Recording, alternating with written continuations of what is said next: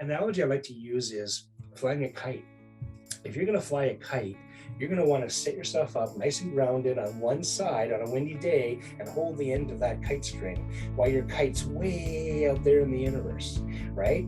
And if you got it done right, I don't know about you, if you played with a kite as a kid, but I was a dive, I could get that thing around. We had dog fights and all sorts of fun being around my friends with our kites. And we learned that you had to have a solid tight string anchored correctly, and you can get that thing to do whatever you want it to do. The second you let go, what happens to your kite?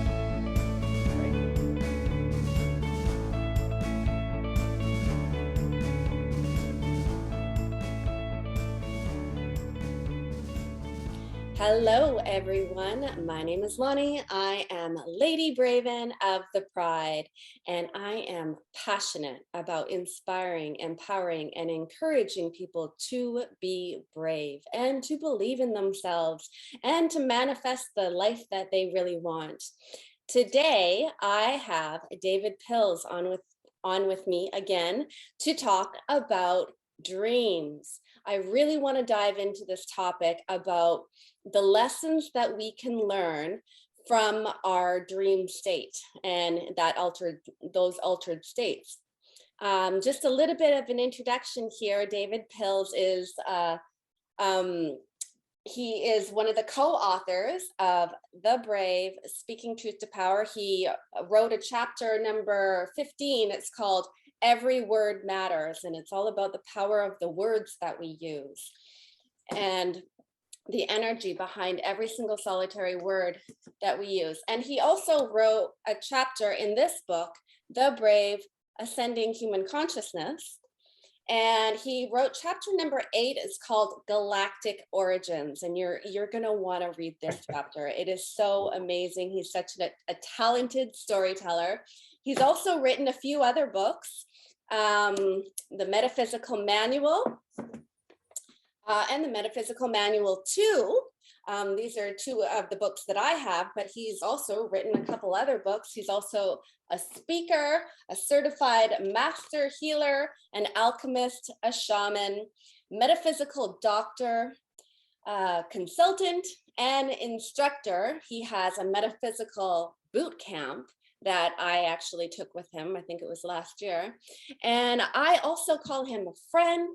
I also call him an oracle. He has so many different names and titles. And this is David Pilz, the Oracle. Thank you very much for being here with me today. And I'm looking forward to this conversation. Hey, love. And thank you for that introduction. And I guess I do wear a lot of hats. Ultimately and ideally, I am an oracle. I was born to that. It's my purpose. It's my role in this lifetime. Every generation has an oracle. And, kind of here I are. I was one of those weird kids you hear about, literally born without filters. I believe everybody is psychic. Everybody is empathic. Everybody is connected. But we're born with filters in place that I, for whatever reason, was not. We can chase the gifts, if you want to call them that, back to the 1300s in our family was written about and all that stuff, right? So there's a lot of value to it being, a homestead scenario. I mean, I was taught by my Oma how to operate, and function in a society with these gifts. And before I was even 5 years old, before I spoke English, I was taught, some things, and that journey, oh my goodness, it's still continuing. It's still happening. I spent my entire lifetime trying to figure out what makes me different, why other kids don't see auras, all this stuff. I had near-death experience when I was 11 years old. That is a whole book and story all to itself. Ideally, at the end of the day, I learned the mechanics, the logistics, how the universe actually works. I was on the other side, and it gave me an inside view there. So I've come now fearless of death. I'm saying? I have no fear whatsoever in any way, shape, or form. Matter of fact, looking forward to it someday, not suicidal, engaged. Every breath is precious. Honest to goodness, I'm here for a reason. But I promise it's fed into my purpose of metaphysical awareness. We as a species of humans are evolving. And we're literally on this trajectory right now. Literally. I mean, if you notice, the whole world's kind of going crazy, right? And if you're paying attention to mainstream media, it's going crazy bad, it's going crazy gooey, it's going crazy yuck, all that stuff. But I promise that we're up to something here as a human species that is opposite of that. It's very similar and akin to the butterfly, coming out of the cocoon that was once upon a time a caterpillar, right? Yeah. Right now we're kind of in the cocoon, not that much different. This conversation, we're talking about dreams and altered states and stuff, teenagers, we're kind of going through our teenage stage, if you like. And teenagers, for example, as we know, can't get enough carbs, right? They love bright lights, they love music, they love stimulation of that way. Why? Because their brain is literally rewiring itself. When we hit our sexual puberty, our pubescence itself, and we're becoming, our brain also goes through this similar scenario to a cocoon where it turns to mush and it literally rewires itself. So, mom, dad, if you're having a tough time getting your kid off the couch and they're sleeping odd hours and they're pounding the carbs, and there's actually medicine there for them, and I know that we're trying to get them to get a job and take out the laundry or pick up the laundry and all these other things as well. And they're not just being lazy, there's actually something going on. And so that as an example, is kind of what I'm looking at, what's going on in our world right now is, mom and dad, which could be our own inner mom and dad, saying, what the heck's going on with me? What, why, the where, all this stuff, take a breath, maybe eat a bag of potato chips. I'm kidding about that, okay? I mean, diet's important. But the whole idea is that you're going through a process right now. And at the end of the day, even, you may not even know that you've arrived. The butterfly cannot see its own wings. Did you know that? It was fascinating when I heard that one, So, because I use this simile of, caterpillar to butterfly. Well, even when you hit butterfly, you don't even know you can fly yet, right? You don't even know how beautiful you really are, honest to goodness. And so I truly believe that we're smack dab in the middle of something here right now. Yes. I've spent a lot of time on this planet with Indigenous. I've been drawn into prophecy. Apparently that's part of my purpose in this lifetime also. I carry a Star Nation Chanupa, a pipe, if you like, and many of the teachings that revolve around that. And without getting too much down that rabbit hole, there's some very real, tangible teachings that have been on this planet forever. And not just through the Indigenous, but Asian teachings and Eastern walkings. And to be perfectly honest, very little, and I don't mean to begrudge it because I am up from the West, but very little of the West fits into prophecy, which is why the rub is so horrendous now, because all the draconian empires got to be dismantled, right? So, it's all got to be taken down. And so that creates a lot of fear because that's what we've known for generations, right? And so I honor where everybody's at, different stages of evolution, different stages of fear vibration and love vibration and hope and all of this stuff. I want your viewer to understand that I really, really respect where you're at, but I also need you basically to kind of kick it up and realize there's so much more going on than what this little tiny box is going to share with you, right? And that you're not losing it. You've made some powerful choices this last little while and you didn't even know why you made them. If intuition, instinct, maybe you've been validated in some of those decisions and choices you've made. But I promise to you that the more you continue listening to yourself, and taking your own counsel, right, the better you're going to be. The problem is that there lies the confusion is, how do we even listen to ourselves, right? How do we even have that connection? How do we have that with that relationship with ourselves? Yes, and this is exactly why I thought this was such an important conversation to have at this particular time, is to help people take their dreams and kind of study them in a way where they can take out the higher self guidance, they can take out some maybe some prophecy, maybe some lessons from that dream state. And it's really important right now because of everything going on in the world. People they don't know who to trust. So when you can learn how to trust yourself, learn how to trust your intuition, learn how to trust your higher self guidance, learn how to trust your dreams and the messages that you receive in your dreams, this can help guide you and can help kind of clear the way a little bit for you. So I really want to talk about our dreams and the power of our dreams today. And you actually wrote quite a bit about that in your metaphysical manual. Totally. And I think that, I mean, for anybody that wants to know about that dream state, they should get that book. But can you talk about the different states of dreams, or dream states, the different altered states Yes. of our mind? Now, to do so, we have to actually kind of start with the encompassing altered states, period. Generally speaking, for the human condition, okay? Yeah. You and I right now, we're talking what's called the beta cycle. And the best way for me to describe how this kind of works is the beta cycle is basically a description labeling how fast my brainwave cycles are going. There's this pulse that happens, if you like. Beta cycle is 25 EMF pulses per second or greater. So in other words, my brain goes whoop, whoop, whoop, whoop, whoop, whoop, whoop, and I'm busy able to have this conversation with you, maybe be witty, tapped in, all that stuff. But when we slow it down, and there's lots of ways to slow it down on purpose within control, but ideally it's Om Shanti Peace, slow the brainwave down to 20 EMF pulses per second or less. So it goes from whoop, whoop, whoop, whoop, whoop, whoop, whoop. In the alpha state is where all psychic experience actually takes place. I always see auras perpetually, okay? Even from the beta state itself. But for me to truly be a psychic, people can ask me all day long, hey, David, what do you think about this? And I'll give them an answer, and it's my opinion, but it's when I slip into the alpha that the oracle, if you like, kind of shows up. That's when I'm authentically connecting with the universe. And sometimes the answers I'm giving even will work against what David thought, but yet here I'm tapping into this piece of information, right? And I've learned to count on the information when I'm an alpha. So that in of itself is one way we can get to a place where we can recognize when we're receiving authentic and when we're not. When I'm in the beta state, trust me, I'm as infallible as anybody else as far as what I may or may not see. But when I'm in the alpha, there's gold there. Now, again, beta, 25, alpha 20, and then it shifts down. You've got a light theta cycle that kicks in just before we actually go to sleep. Now, when we're going to sleep, we actually hit what's called the delta cycle, okay? So the light theta cycle just slows the brainwave down even more.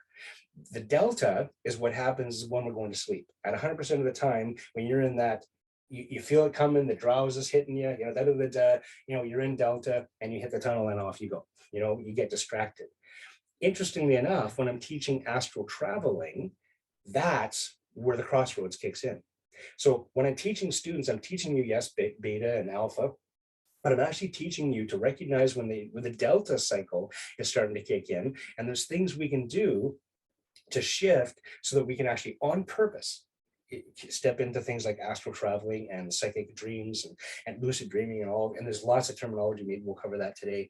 But the bottom line is that these different states of being also function all day long. It takes about 90 minutes to do a full cycle from beta all the way back again. 90 minutes in its process. Now, interestingly enough, disrupting that process might actually be uncomfortable. And what I mean by that is that when we first when we've fallen asleep or just starting to step into a brand new cycle, what happens is that about 20 minutes to half an hour into that cycle, there's an enzyme that washes the brain. It's kind of like a defragmenter for your computer, if you like, okay? It cleans up all the goo and the amount of sheer information that we receive all day long, even from where you're sitting right now, not just my voice and anything you're seeing on the screen, but everything else is also feeding you information. Most of it's just junk, and you have to delete it at night. You know what I'm saying? Which is why we sleep in the first place. If we don't sleep and we hold off on sleep, that's probably the biggest danger, is the mental cognizance. All this stuff gets all plugged up and such, right? So what happens is 20 minutes in, this enzyme washes the brain and it sits on the brain doing what it's supposed to be doing. So then it goes around its full cycle. Now, in around 70 minutes of the 90-minute cycle, there's a secondary enzyme that shows up that cleans that off. The problem is that, most people build their dream cycles, for example, to wake up at a specific time according to that horrible, noisy alarm clock thing that's going off, right? And ideally they think if I get an 8-hour sleep, how many times have we heard that? Get yourself a good 8 hours sleep, right? It's actually counterproductive. What you should be paying attention to is that 90-minute cycle. You should get a 6-hour sleep or even a 7.5-hour sleep. Too many times, I guarantee it, people are actually waking up at a 7.5-hour sleep. They wake up because that, for whatever reason, that noise box hasn't gone off yet. They got an extra half an hour. And so, they go back to sleep. And what they do then, they start a whole new cycle, and that enzyme washes the brain. They might even hit a snooze button a couple of times because it's just so, right? Those are the mornings you wake up in a grumpy mood, you're groggy, you just can't da-da-da-da. And yet for some reason, half an hour ago, you woke up to go pee, and you know what, it was a beautiful day and da-da-da-da. It's when you crawl back into that fart sack and you got busy trying to sleep again that you started a whole new cycle. And that's what's sitting on your brain all day long. So this is an example of, one, just paying attention to your sleep cycle to begin with. Right? Paying attention to the fact that our brain does this. The altered states are happening all day long. Between 7 and 9 in the morning is the best time period to do any kind of meditation on self-evaluation. Every day, between 7 and 9 a.m., because this is what I do for a living, and it's about sharpening my sword and keeping my skills as tight and as powerful and positive as I can. Every day I meditate, and it's between that 7 and 9. I'll wake up at some point, 7 o'clock, 7:20, depending on when I actually went to sleep. And then I'll give myself that time on purpose to process. And some of those meditations could be for me, stuff I'm working through. And it could also be for my clients. I'll take questions into that meditation on purpose, and I'll sleep on it, kind of an idea is the best way for me to put it. But I'm not sleeping. I'm on purpose capitalizing upon each of the different brainwave cycles, because each one of these cycles also offers us opportunities to get places. Alpha is psychic. When I'm in alpha, I get lots of information and I can talk to you as a client. I can actually share that information. Whereas if I slip deeper into the theta, I might actually get more information. The images are clearer, the information is more profound and bigger, but I wouldn't be able to tell you what I'm seeing. I'm having 12th models, right? Kind of an idea. And so it's about when you're a professional psychic, and I traveled psychic fairs forever. And even now, when I book my clients, I book them for 1.5 hour implements. You come and see me, we'll record an hour of it, but I promise I'm psychic for 1.5 hours that you're there. What kind of drives me crazy sometimes is my clients going, I just got one question. What I'm saying? Just one question. Should I put my cat down? And they're expecting me to answer it from beta.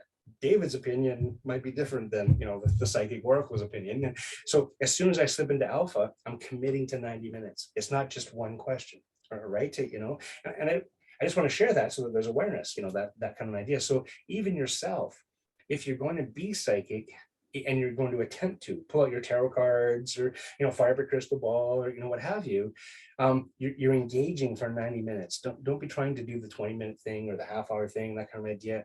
You're going to hurt yourself. You're actually going to stub your toe and potentially even harm yourself in some way, shape, or form.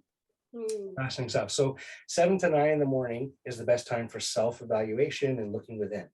Between 2 and 4 in the afternoon is actually the best time to get a reading, because that's actually the best time for a psychic or somebody to be able to perceive those things external. In other words, I can read you so much stronger, so much cleaner between 2 and 4 in the afternoon. And of course, between 1 and 3 at night is spirit activity, right? 3 a.m. is the witching hour. That's when the veil between the worlds. I'm always up between 1 and 3 every night. I'm sure of it. And I guarantee it's because you probably got a room full of people going, hey, how you doing? Absolutely. And so even then, while you're in your sleep, there's actually ways to safely allow for those communications to take place, without having to being concerned about anything along the lines of, say, possession or, what have you, right? So between 1 and 3 really is the best time to have contact with the multi-dimensions. We're not just talking about human ghosts, but the multi-dimensional species themselves. And that's just because the veil between the worlds is thinner. And there's a lot of science, that talks about, X-rays and betas, and there's all this evidence, if you like, that they've accumulated. Just pay attention to the hours of the day, and I promise you're going to be very happy. A couple other things I want to share as a metaphysical instructor. The fuel to maintain these cycles is also really important. I recommend huge levels of potassium, magnesium, and zinc in your world. To be honest, raw sunflower seeds. I don't know why, but literally over the centuries, the eons, we've discovered as human beings that a handful of raw sunflower seeds basically feeds us what we need in a very, very positive way. I know it has something to do with the pineal gland and light dark cycles also and stuff like that. And if you can feed yourself basically a handful of raw sunflower seeds every day and get 20 minutes of sunlight, even if it's off of one of those UV bulbs, right? So, it doesn't have to, I know in the wintertime, sometimes it's tougher to get 20 minutes, especially here on the West Coast, it's raining all the time. But getting yourself one of those bulbs, you can just, even while you're curling your hair or something, just allow that frequencies, those specific frequencies to hit the third eye and to open that aperture up. Light dark cycles are so important as well. You should actually be sleeping in total darkness. It's so dark you can't see your hand in front of your face. If you even have a night light, I promise it's gonna interfere with you being able to hit certain levels of depth, of dreaming, of access, and stuff like that, and also the direct sunlight for at least 20 minutes a day. And this has to do with, again, the pineal gland is very much tapped into light dark cycles within our world. We should be going to sleep when it's dark and waking up when it's light. Right? We've decided to change all that and we're going to do it when we want it, kind of an idea, which is okay, we can, but very, very few of us like it. If you're actually able to just follow the natural, dynamics of seasons and light cycles and stuff like that, I know that we'd be more productive, we'd be more everything, healthier, happier, all this scenario, for sure. So paying attention to those things is also important. So like an eye mask would be good. Yes, absolutely. Absolutely. At the same time as complete and total darkness, it's really important to allow the dawn light. So, and I can appreciate to get the total darkness, so many of us have to close those big, huge, drapes over the window to get the total darkness. But then how do you capitalize upon, that dawn light? Because actually being able to, your body is going to respond to that little tiny bit of light at say 4 a.m. or whatever, and it's going to continue to respond to it until 7 a.m. when you wake up, if you like. Does it make sense? There's actually stuff going on in that time frame as the light is filtering into your world. And so I can appreciate how difficult it might be to be able to set that up. In my world, it was living in the woods. No street lights, when the lights were off in the house, they were out. You know what I'm saying? And of course, when the morning light came in, I didn't have to worry about street lights I had to block. I didn't have to worry about, other light sensations, affecting, my altered states. Fascinating. Right. Yeah. So that was a very long answer to your altered state. I think that was a very detailed answer to my question about altered states. And thank you very much. I do want to get more into, okay, now you're in your dream state. How do you remember more of it? How do you, dream journal? Now, okay, dream journaling, I so appreciate, and this is something that we've been taught on a regular basis. When you wake up from the dream, grab the pen, Problem is, as soon as you grab pen and you put it to your paper, but as soon as you decide you have to know what I spells, you've lost half the dream, haven't you? Right? Because your brain shifts from its consciousness, right? My recommendation is actually to have a voice activated recorder right beside your bed, so that one, you can actually catch yourself talking in your sleep. Edgar Cayce, if you haven't done any research on this guy, he was actually called the sleeping prophet. This guy went to sleep one day and started yapping, and his wife and his sons, oh yeah, perfect, yeah, okay, yeah. The guy wrote so many things, but he didn't write it.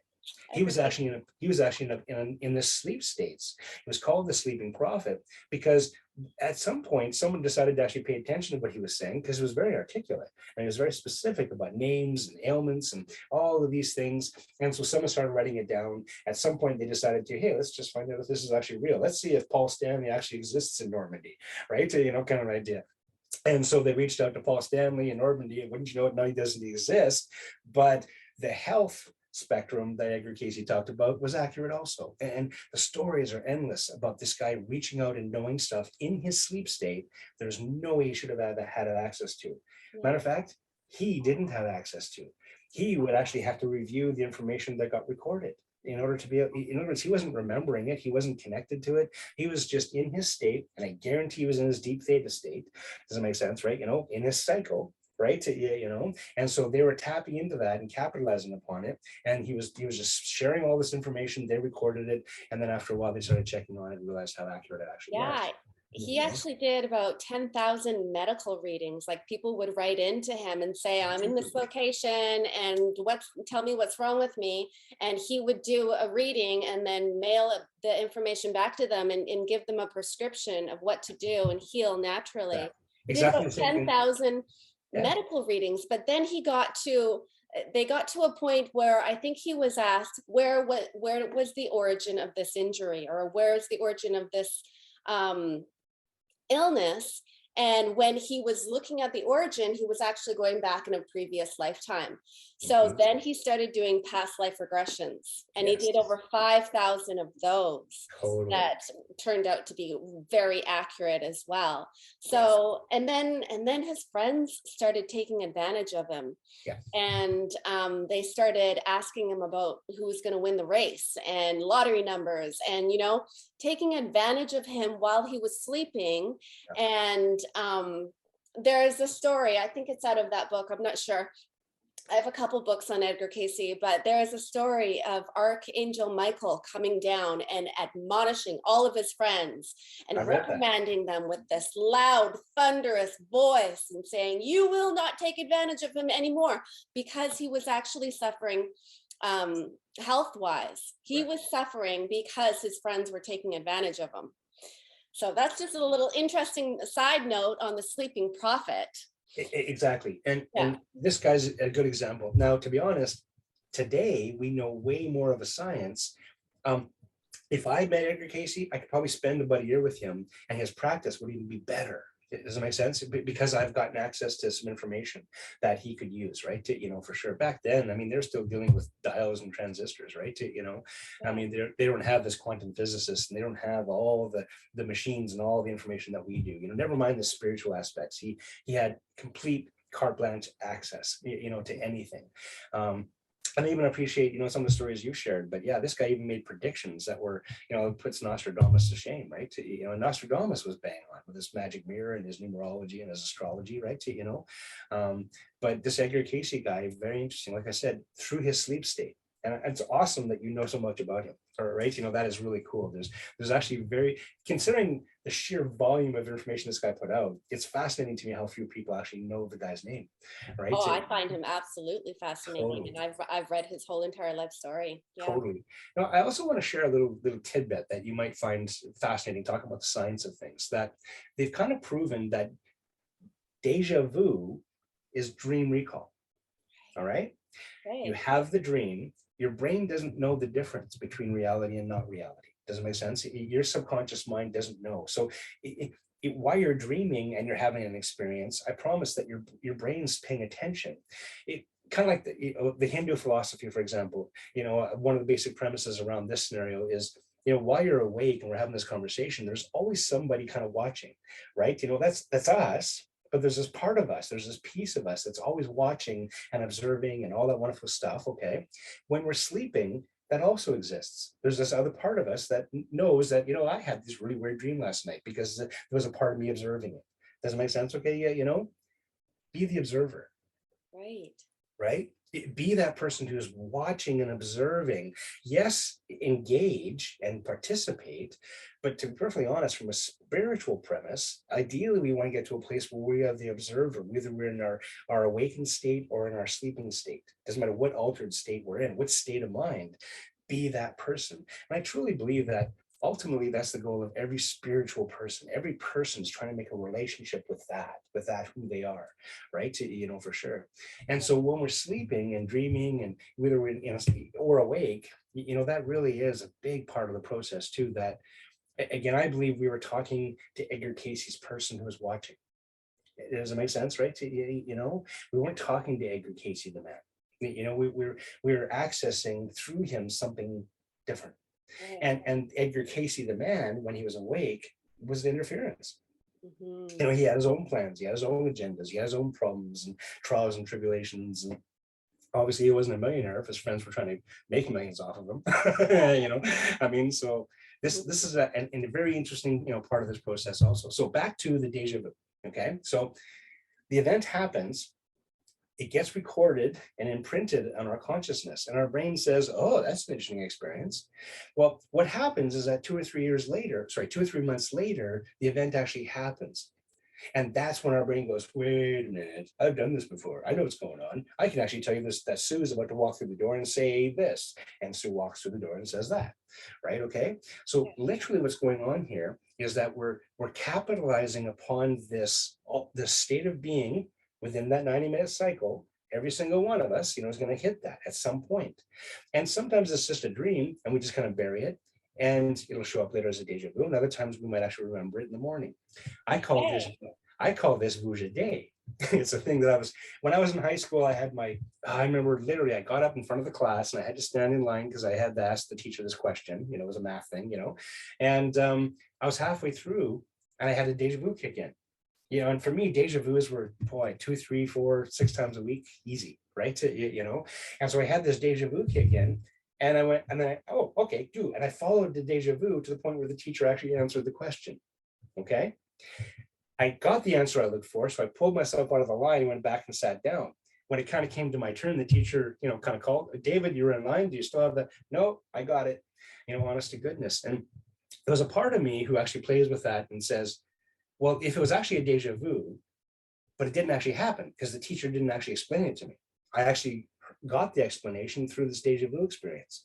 Does it make sense? I tapped in while I was standing in line there into this altered state, and I actually experienced her explaining to me as a deja vu phenomenon process, but yet at the end of the day, when I look back, she never did, right? And so that's boggling, but I share that story because I want your listeners to actually get to a place of, there's some cool questions going on here. There's some stuff, right? Well, there is. I have a lot of questions actually right now. Totally, because now what you're saying is that deja vus are possibly dreams that we had 3 months before and just kind of forgotten about, and then we're experiencing in it. So that means that the dream, even though we didn't really pay attention to it, was actually prophesizing a possible future situation or conversation or outcome or circumstance. I agree. Now, is it a prophesize, or are we actually dipping in and out of the timeline in a different momentum? We manifest. Right? See, as a psychic, I realize that when I'm reading for my clients and I'm seeing a future event, I'm actually witnessing the future event as it's happening. I'm not witnessing it from back here as it's broadcasted. I'm actually there, dipped into the timeline in the moment that is taking place, and I'm witnessing it. And so then I share that with my client. Does it make sense, right? Yeah. Now, the future is mutable and it can be changed a little bit. The answer to the question regarding my deja vu and the math question was, I changed the futures ever so slightly there. I really did, because I capitalized upon this deja vu. Now, what that led me to is working within my own spectrum of this, again, this 𝐦𝐤𝐤, which means if I can actually remember my dreams in the morning, those lucid dreams, those prophetic dreams that you were just mentioning, okay, those prophecy, I'm projecting a couple of months ahead of myself. If I can remember those, then the value that brings to my life would be, this blonde-haired guy named Jeff's going to come into my life and offer me this opportunity. When Jeff shows up, like, oh, good, I'm waiting for you, right? If the blonde-haired Jeff is supposed to show up in my world and take advantage of me, it's like, back off, buddy. I saw you coming, right? Okay. So I have a question. Yeah. And so for me, it was about capitalizing upon these altered states and this dream cycles all night long so I can get to that space. Later on, I did have an opportunity to spend some time in the laboratories with some of the scientists working on dream recall and all that stuff. They can actually record your dreams, you know that? There used to be a time they had to just hook your head up to a whole bunch of things, but now they just can point a doodad at your head and literally read the dots and all that, all the emanations off of your brain and translate it into a screen. Honest to goodness, they can watch your dreams on a monitor. Yeah. And it's through that process, because not only did they watch a few dreams on the monitor, but they recorded those dreams, of course. One guy one day is watching one of these recorded dreams and witnessing it happen in another room. Mm-hmm. Wait a minute. And it began the whole process of, again, deja vu is dream recall, beyond a shadow of a doubt. So when we're talking about sleeping and dreaming, just know, and it's not just Edgar Cayce, where all of us are working in this multidimensional connection to time and space and future. And there's so much going on, honest to goodness. It's no wonder that it's boggling, and also so So inviting to be curious, Right. you know, totally. Okay, so if we can prophesize in our dreams, and there's a lot of benefit to writing them down or recording them first thing in the morning, because that's when you get the most detail. What Yes. I find is Now, that, now, throughout the night, the voice activated recorder could be capitalized, could be capturing dreams that you don't actually wake from, but you're still leaving a message, right? You know, so it doesn't have to be between that 7 and 9 in the morning, right? It can be anytime throughout the night. And what's even more beneficial is that halfway through a dream, if you kind of half wake up, you can reach over and grab it and still participate in the dream while you're mumbling it. Does it make sense? right, You know, do your best to get as articulate as you can, but it's less important than you think. It's more important to pay attention to the dream and allow your brain muscles to recognize that first couple of times you do. So it's not, the importance is not the recording, it's to stay in the dream and direct it. Because right, after a while, I promise the articulation will come through. And if you focus more on the dream, that'll happen. If you focus on the articulation, you're going to stunt the dream access. And right, so you have that voice activated recorder, mumble into it, do your best to interpret it if you can. You know, I'm saying in the morning and what have you, right? You know, and in between all the other things you might capture, like farts and, you know, all the cool stuff that humans do, right? You know, but I promise that that is the best tool ever, because when you grab pen and piece of paper, you literally are shifting out of that consciousness. Your brain has to do something that's way more than just push a button, right? right, You know, and so that distraction, that accessing a different part of your brain to the memory of writing skills, of language skills, of all that stuff is completely in a different place of your brain than your dream mm, state, right? You know, so you right, don't want to be running across the house to grab. Instead, you want to just stay in that place and record as much as you can. right. I can see the value in that, and I'm definitely going to do that more often. But what I find is that if if in the morning, even if I record it, or if I get the broad strokes of Yes. the dream and I get them recorded either in a recorder or on paper, and then if I go back to it maybe later on in the day and I start recalling it and I Yes. recall the dream, I start bringing back more details I as agree. long as I have the broad strokes. And then every time I talk about the dream, a time I tell somebody about the dream, I'm recalling more details as I'm reliving it. Yes, because you're So accessing that file, that's right? right. Your Yeah. brain doesn't forget anything. You may So need to defrag it at night, but it remembers everything. I have written entire like blog posts and like entire stories about my dreams in detail, because in the morning I got the broad strokes, and then the more I recalled it and the more I went back there, I just got this huge dream. And there's always a lesson. There's always some sort of guidance, some sort of, and I find that the lesson in my dreams all have to do with how I feel when I wake up, the Mhm. emotion that I'm in. Sometimes I'm crying, sometimes I'm Yeah, scared, sometimes I'm happy, sometimes like I'm hopeful. And my dreams, I always get the greatest lesson from my dreams by the way that I feel when I wake up, like the energy, the emotion that the dream left me with. That's yeah. where I feel like the guidance is. So my question for you is, when you're in that dream state and when you've recalled your dream, you've either written it down or you've recorded it. Okay, so how do you know if that is like higher self guidance, or if that's possible prophecy, or if it is, you know, um, how do you take the lesson out of the dream? Yeah, to be perfectly honest, the answer is experience, Right. right? You know, do it. I wish we had a doodad that could tell you. I wish we had this fail-safe mechanism that tells you the dream was prophecy versus you had too much pizza before bed, right? You know, I wish there was a way other than pure experience, right?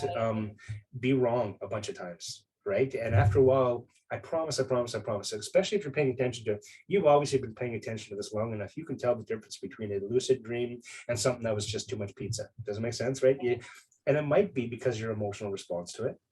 You know, keeping in mind when we dream, it's not just our visual that's showing up. You've just said so, right? You know, there's so much more of you that shows up in this exchange of information.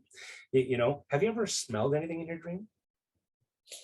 I don't recall smelling things, but I do want to talk about lucid dreaming because I've been a lucid dreamer my whole entire Oh, life. cool.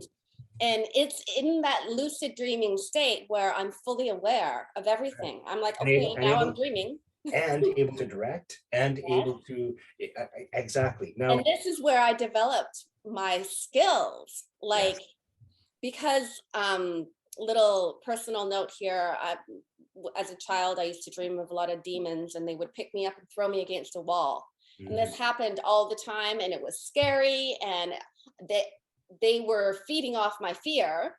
But as soon as I turned around and I realized that this is a dream, and I faced it, and I actually learned how to stop myself from hitting the wall by levitating. Yeah. And I faced it. As soon as I faced it, because I wasn't afraid anymore, it would go away. And Mhm. this was a really, really powerful skill that I learned. This is how I learned how to fly in my dreams, because I was fully lucid and fully aware that I'm dreaming.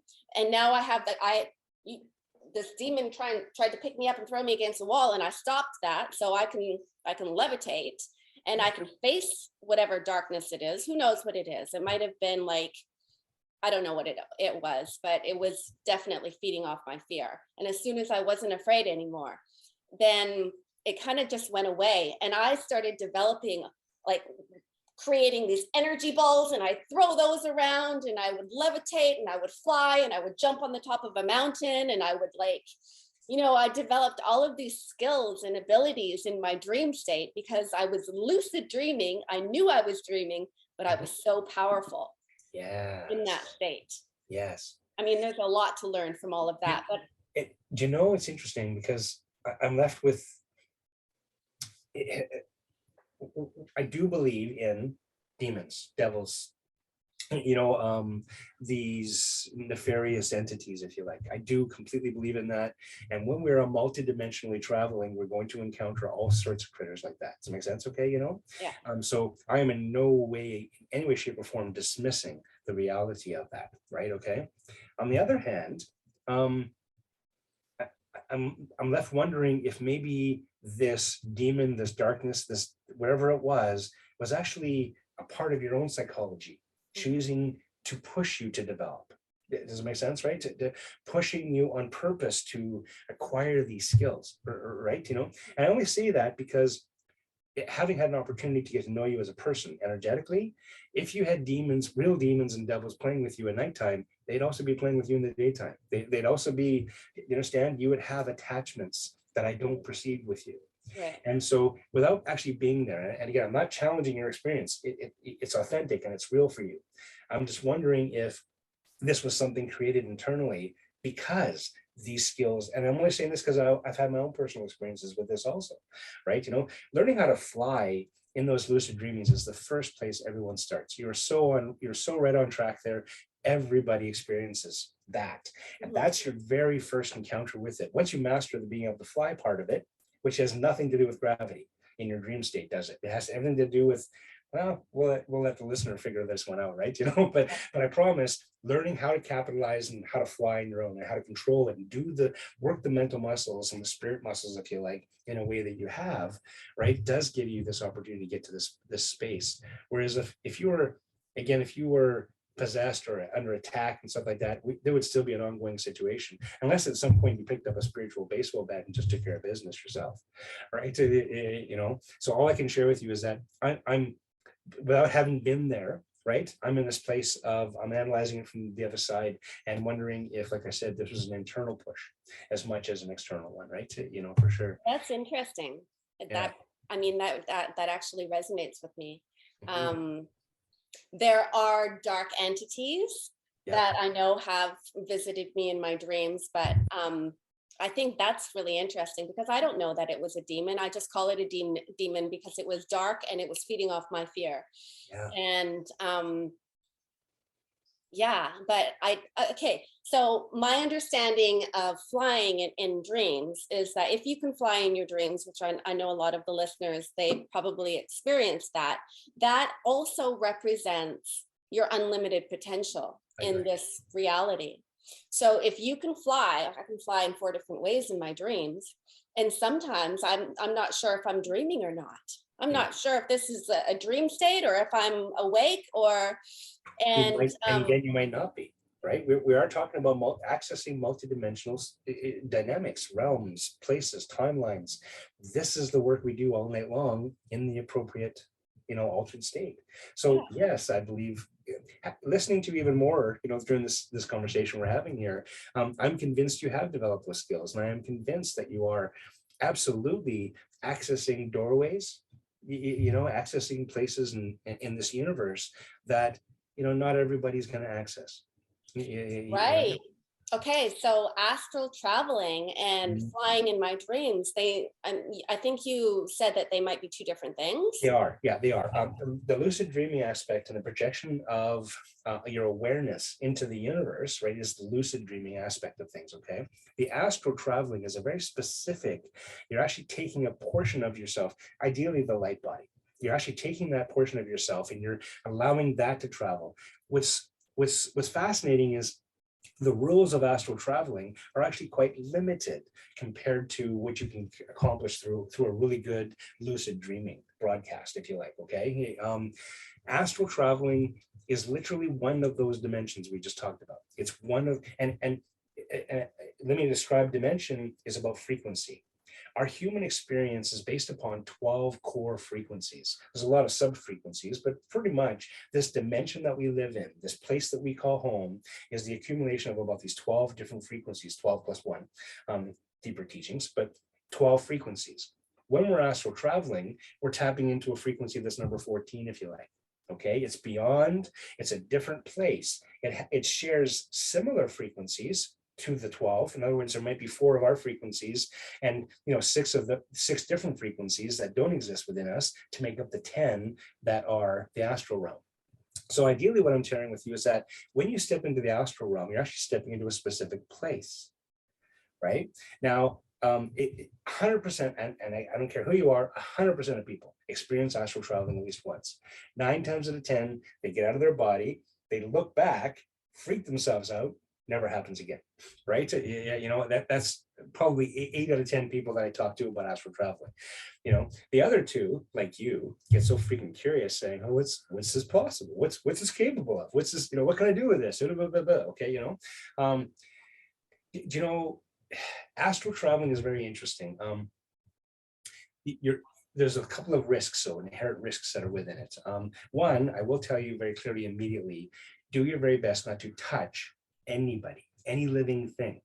And what happens, unfortunately, has been my personal experience that I've witnessed not just through myself, but students that I've been training and working with over my lifetime, is that when 2 sentient beings touch each other in the astral realm, there's this physics dynamic that takes place where one of them will literally drain the other. And it's not because you want to. I encountered it because I was actually playing in my late teens with astral traveling, and I had a lover at the time who we decided to, bada bing, bada boom, we turned down the lights and played the music and went astral traveling, right? And as soon as we touched, I literally, she was an empty shell. She just got sucked dry. All of her energy, took her 2 or 3 days to recover enough to actually be able to have a life again, and it wasn't an attack. It was the opposite of an attack. I wanted to engage this person in connection. I wanted to, be with this and exchange and see what's possible in the astral realm.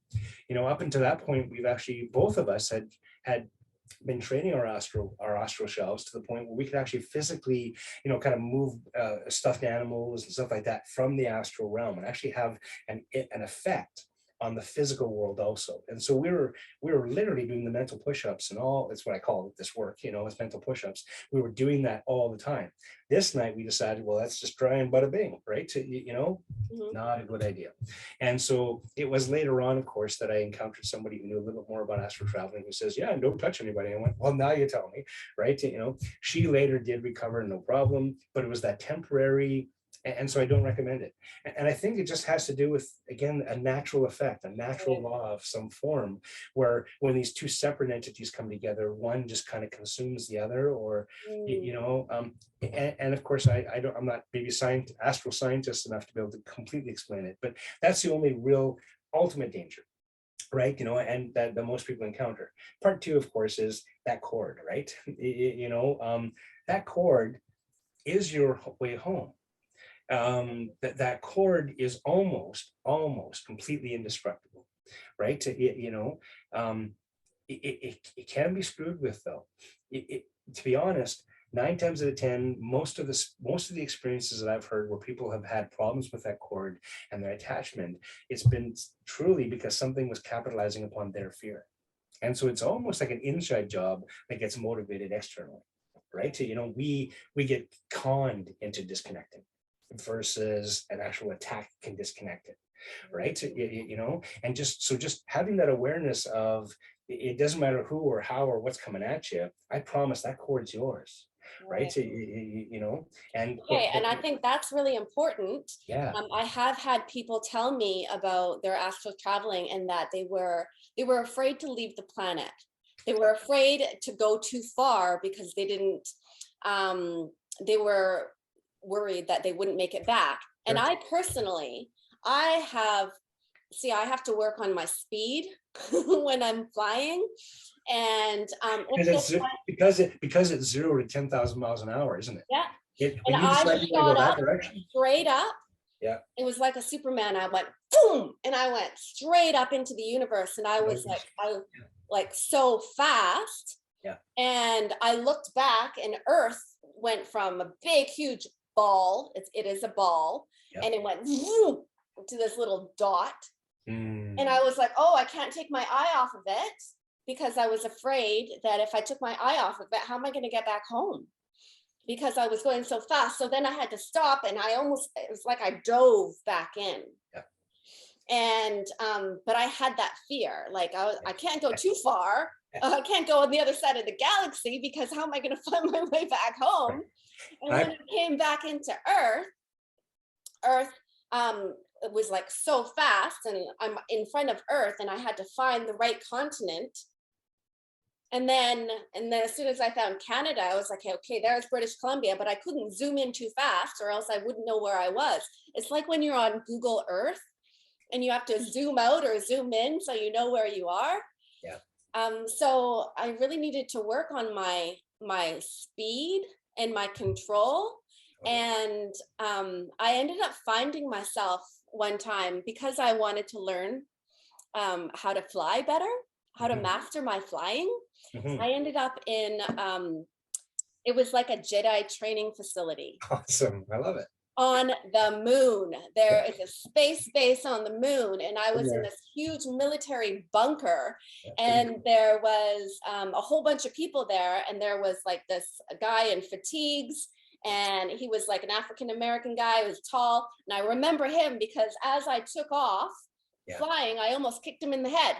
And so I remember him specifically, but the whole entire purpose of the training and the exercise was for me to learn how to control my speed when I'm flying around the universe. A boot camp instructor. I love it. Yeah. Totally. Okay, 2 things I want to offer to you. Okay. 1, travel is instant. So as soon as you decide where you want to be, what's going on here is you're trying to drive yourself there. You're trying to actually steer and direct and stuff. Okay. So what I need you to understand is that transportation is almost instant.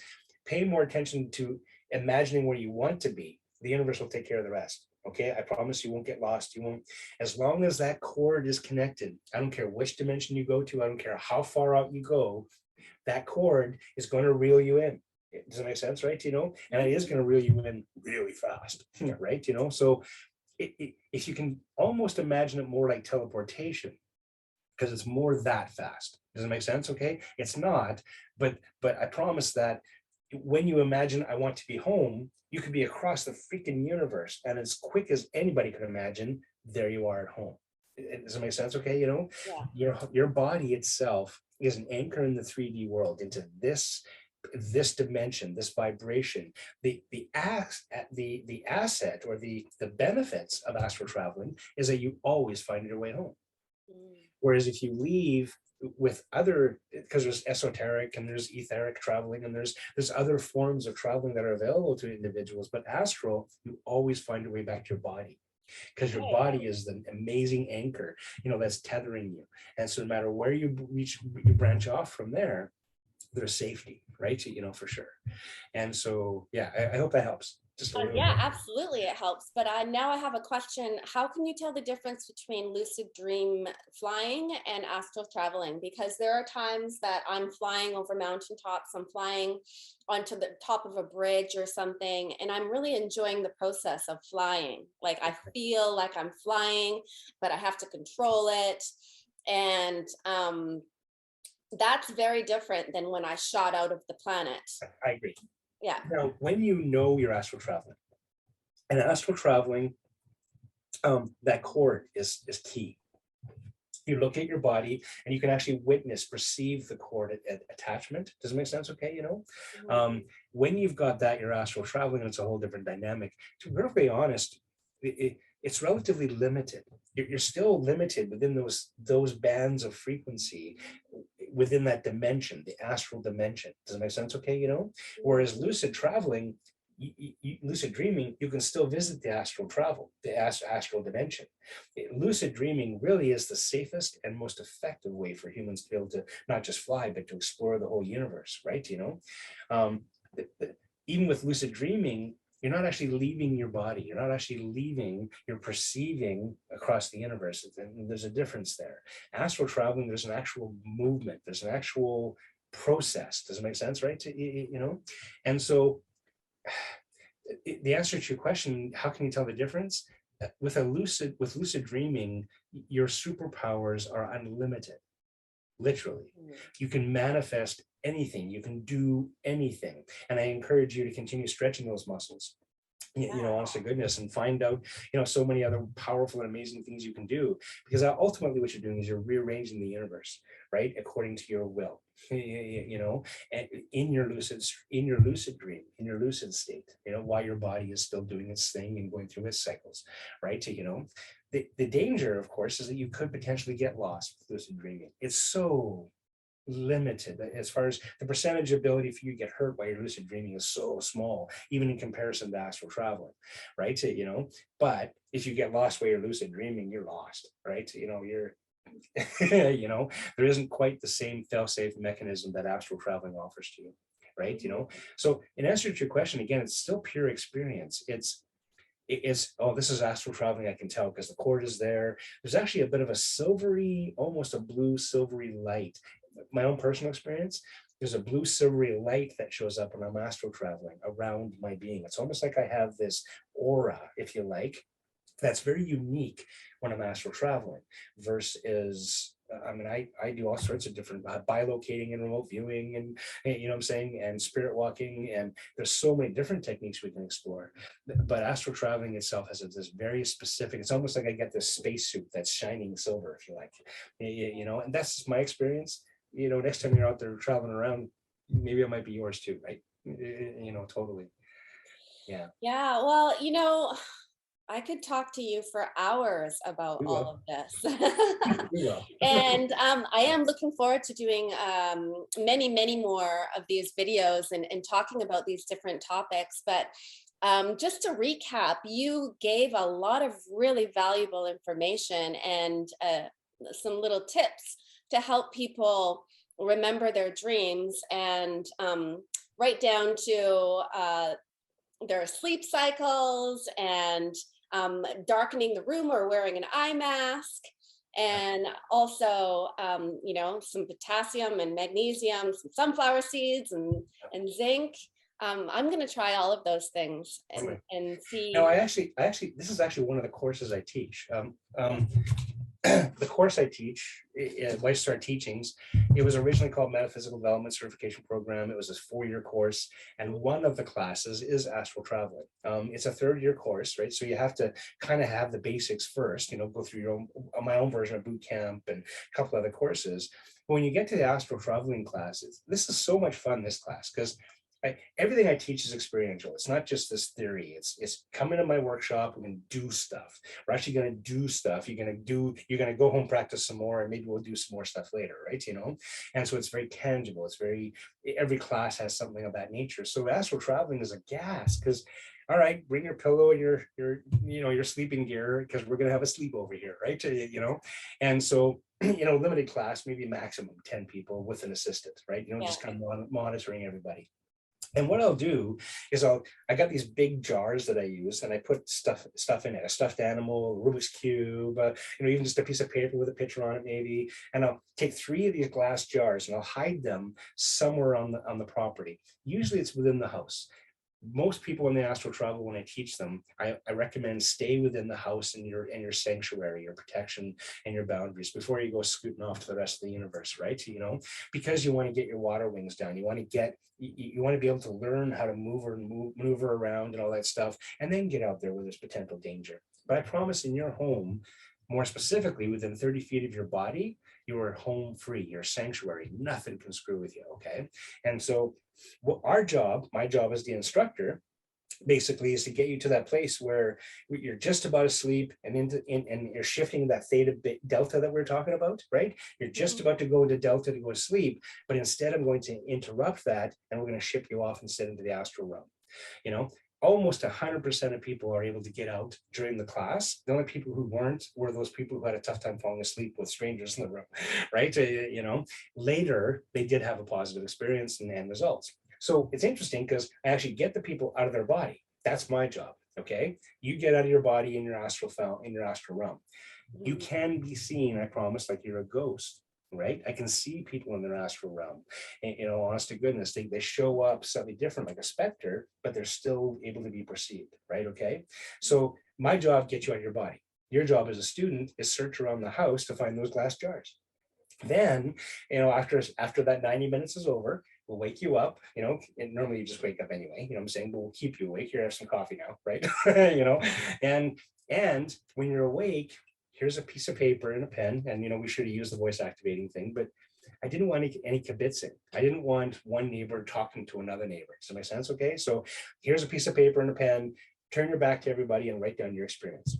Okay, write down what you think you saw in those jars, or you didn't see anything, or what happened, and just write down your experience. Give us a paragraph, right? Amazing, because when I pull those jars out, people produce their pieces of paper and go, oh my God, it's exactly what I wrote down here. Oh my God, and people freak out. It's very validating, right? For sure, and that's one class, right? But it takes us lots of mental push-ups, lots of time to get to the place where you can have that kind of control over the altered states and being able to have that experience, right? Right. After that experience, just once with me, the lifeguard standing by and such, and obviously the class has lots of teachings up to that moment, but after the astral traveling class, go. And not just astral travel, but lucid dreaming and these things that we're talking about here, on this program, right? Not everybody could or should astral travel. I think, like I said, everyone tries it at least once. It's just a human phenomenon. I believe it's just a part of puberty, kind of an idea. Yeah. But I don't believe that's for everybody. I can appreciate that oracles, like yourself, Edgar Casey, David, these are places for us to play, and hopefully we can bring some benevolence back to humanity with those skills, right? For sure. Well, I also believe that there's a lot that we can learn from our travels and our dream state, and learn about ourselves. There's a lot of processing that goes on in our minds when we're dreaming, processing an argument that we had or a situation, but the lesson is always, you can take whatever you want out of your own dreams, but I always find that the lesson lies in the emotion that I feel and the way that the energy that I'm left with. So I get that. And again, my shadow work is shadow work, right? For sure. I so agree with you. I joke about, having too much pizza before bed, giving us odd dreams, but stress will produce dreams that we can dissect also, right? You're absolutely right. When we're in our sleep state, that person who's watching is the counselor, right? Who knows us better? Right. You know, and so I agree with you that there's so much that we process, ridiculous stuff and profound stuff all night long also. You know, while we're dumping and defragmenting, you know, we're in some cases analyzing some of that stuff just before we throw it out. Yeah, You know, processing our trauma so that we can let it go. exactly. Yeah. And more importantly, like I said, we're accessing that higher part of ourselves. We whether you want to call it, you know, higher self or guide, or, you know, that part of ourselves that really gets it. Not just this lifetime, but multiple lifetimes. That I truly believe that we're inviting spirit, if you like, into a conversation so we can do our shadow work. I don't know about you, but I'm a little bit different. I'm a little bit unique, and a typical shrink or psychologist may not cut it. I've tried, right? I've already tried them all too. None of them got me. Yeah. How do you show up with, I'm about to provide 10 years worth of context just so you can have a conversation with me, right? You know, Well, and I did so, that many times. no doubt, no doubt, yeah. Yeah, I did it long enough. It doesn't work. You know? And I do men's work, and I mean, and so there are issues that David, as a person, as a human, I can, you know, psychology and sociology and all that stuff, I can, you know, work through, you know, with my neighbor, with my, you know, etc. But there is some deep stuff that an oracle taps into that, you know, is very unique. Very, we just see things differently, don't we? Which is why oracles and metaphysical consultants, you know, are alive and well on the planet, right? Yeah. You know, for and sure. you're doing exactly what you came here to do, and I thank you very much for doing it. And I look forward to many more of these conversations. We could literally talk for hours, and we will talk for hours on different topics. So is there anything else that you'd like to say before we go? Other than, you know what, I want to get real, just basic. I can appreciate we're talking about metaphysical growth here. We're awakening all the weird shit, right? To you know, I promise, I promise, I promise, I promise. It starts with nutrition. It starts with staying healthy. It starts with looking after your tool, right? You know, when your tool is tip top, any mechanic will tell you, you know, a clean motor is nicer to work with, right? You know, I actually suspect that my car is washed, it goes faster, right? You know, but look after yourself, and that means in every way that you can: your personal hygiene, your food sources, your water, exercise, you know, all the common sense stuff that they keep on telling us to pay attention to. I promise is where I start most of my metaphysical teachings with my students. I started talking about raw sunflower seeds and the food, the fuel that we need in order to feed these sources, right? You know, and so I would recommend start there. The weirdness is not going anywhere, and I promise that's endless, right? Okay. And an analogy I like to use is flying a kite. If you're going to fly a kite, you're going to want to set yourself up nice and grounded on one side on a windy day and hold the end of that kite string while your kite's way out there in the universe, right? And if you got it done right, I don't know about you, if you played with a kite as a kid, but I was a dive, I could get that thing around. We had dog fights and all sorts of fun being my friends with our kites. And we learned that you had to have a solid tight string anchored correctly, and you can get that thing to do whatever you wanted to do. The second you let go, what happened to your kite? Right? Nothing. Right? You know, good luck trying to sustain. Good luck having. I'm a kiteboarder, so I appreciate this analogy. Okay, perfect. Yeah. Okay. So yeah, you know what I'm talking about here. This, the minute you let off that tension, the minute you let off your anchor in your ground, nothing happens. You got no juice, you got no control, you got no everything. You're gonna get wet. You know, kind of an idea. And so I recommend, listen, if you want to come to my classes, awesome, yay, I want to teach you everything that I have to share with you. But just know we're going to start here and get there. So many of my teachings, even the pros, the vets, like to come to see me because when you had an experience, first astral traveling or first lucid dreaming was as a kid. And so you had that experience and you registered and you logged it and you created a peptide in your brain, and there's a space. Then let's say the second psychic experience you had was like a year later, we'll say, and you created a second one. Those two connected together. Then the third one happens in your world, and it's only 2 weeks later, and then a fourth and the fifth. Before you know it, you're going to start here, and before you want to get to astral traveling, you have to go through all these different satellites or handshakes in order to get there. When a student comes to see me, we start here and we build a goat trail directly to where you want to be. And then I give you techniques and exercises, mental push-ups and other things, diets, these kind of things, these kind of changes in your world, and focused actual mental push-ups, so that that goat trail eventually becomes a superhighway. Right? So that when you actually want to astral traveling, you're not having to go through all of this rigmarole. You can just go, I want to astral travel. Boom, you're doing it. Does it make sense? So ideally, as a metaphysical instructor, my job is to give you the techniques so that you can rewire yourself so you can have direct access, rather than this hodgepodge eclectic journey that you've had, and all the places, all the memories, everything that you had along the journey that might cause interference, for sure. And so eat your Wheaties, drink your clean water, eat your vitamins, get some exercise.